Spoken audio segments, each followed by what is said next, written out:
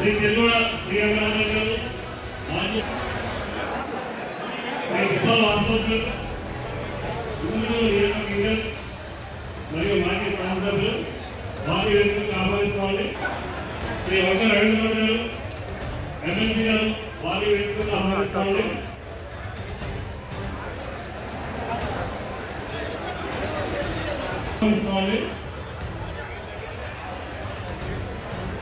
శ్రీమతి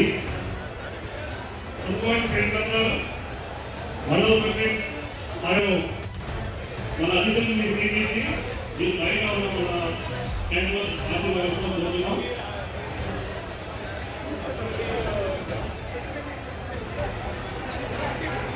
శ్రీ వినుగోల భక్తులు గారు, జిల్లా కార్యదర్శి, వారి కేంద్రం ఆహ్వానించుకోవాలి.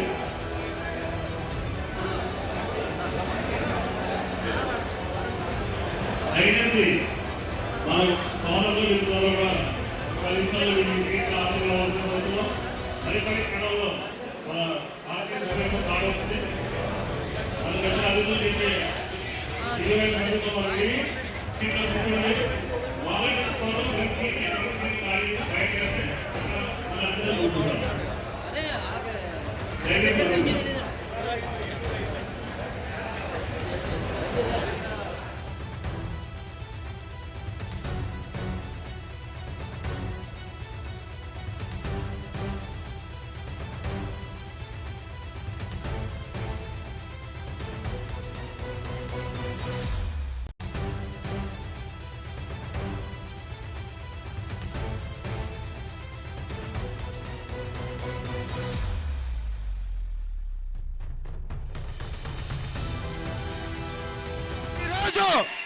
వైఎస్ జగన్మోహన్ రెడ్డి గారి మీద ఆయన్ని గుండెల్లో పెట్టుకుని మీరందరూ ఇక్కడ విచ్చేసినందుకు, అలాగే తాడేపల్లిగూడెం నియోజకవర్గంలో వైఎస్ఆర్ కాంగ్రెస్ పార్టీ ఇవాళ ఈ యొక్క వేదికను చూసి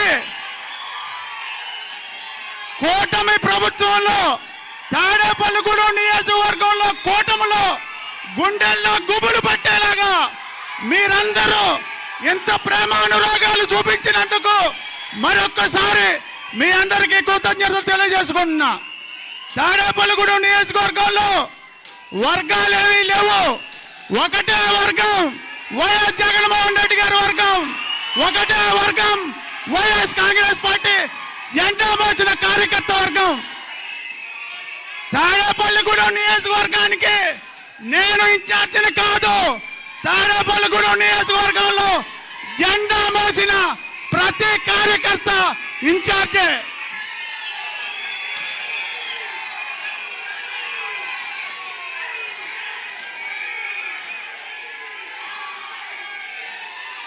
తాడేపల్లిగూడెం నియోజకవర్గంలో ఏదైతే కార్యకర్తలు ఇంత ఉత్సాహంగా ఉన్నారో, ఏదైతే కార్యకర్తలు తాడేపల్లిగూడెం నియోజకవర్గంలో ఇవాళ ఏదైతే మీరు చూపించిన ప్రేమ అనురాగాలకి నేను మీ అందరికీ జీవితాంతం రుణపడి ఉంటానని,